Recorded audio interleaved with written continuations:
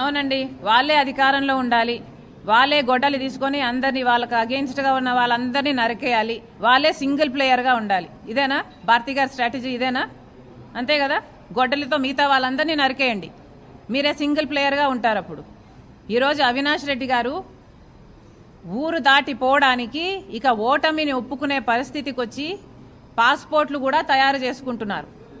ఆయన ఊరి దాటిపోవడానికి ఎలా అయితే నేను తప్పించుకొని పోగలను, నేను ఓడిపోతే నా అరెస్ట్ ఖాయం అన్న పద్ధతిలో ఉంది వాళ్ళ పరిస్థితి. ఇప్పుడు నేను ఆంధ్ర రాష్ట్ర ప్రజలకు కాదు, కడప ప్రజలకు చెప్తున్నాను, అవినాష్ రెడ్డి గెలిస్తే నేరం గెలిచినట్టు, రాజశేఖర రెడ్డి బిడ్డ ఓడిపోతే నేరం గెలిచినట్టు. కడప ప్రజలందరూ ఆలోచన చేయాలి. మీ ఎంపీని కలవడానికి మీ జిల్లాలోనే మీకు వీలుండాలి అంటే రాజశేఖర రెడ్డి బిడ్డకు ఓటేయండి. మీ ఎంపీని కలవడానికి మీరు జైలుకి వెళ్ళాలి అంటే అవినాష్ రెడ్డికి ఓటేయండి.